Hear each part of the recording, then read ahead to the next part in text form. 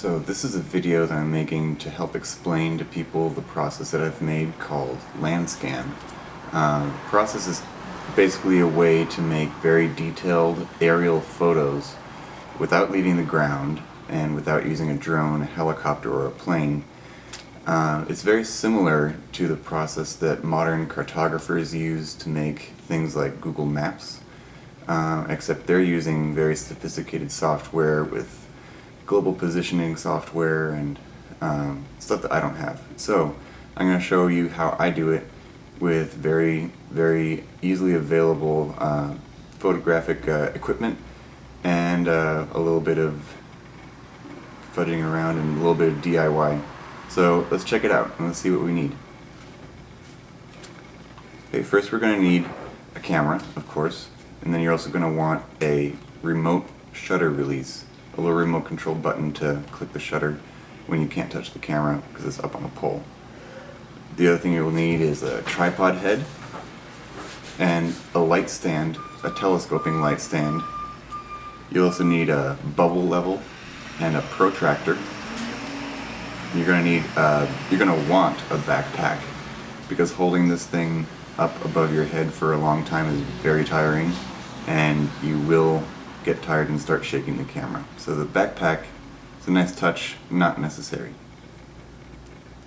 So we're going to go through the assembly process here. We're going to take the light stand and use the nylon webbing to attach the light stand to the backpack frame. You notice that my backpack has a metal frame, and that makes this process very easy. You can find metal framed backpacks at camping stores. I got this one at an army supply store. The next thing you'll need to do is to take a tripod head off of its normal tripod stand and screw it onto the top of the light stand so that you can control the angle of the camera while you're shooting.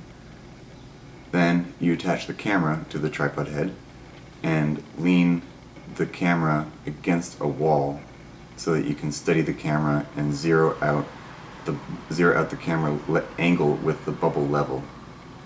This is so that you can always know the angle at which your camera is pointing even without looking through the lens. It took me a while to figure out.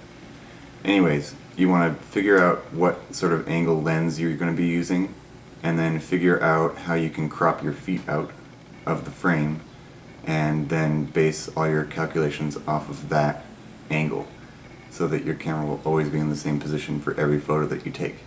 Now all you have to do is lift the camera up on the extension poles, attach the backpack to your body, and start walking and taking photos. It's pretty simple.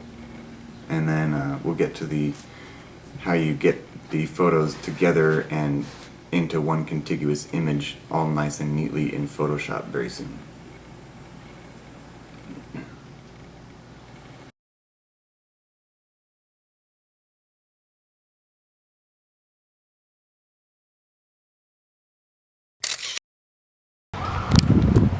It of course starts raining whenever you're trying to start something like this, so you gotta pay attention to the Weather Channel.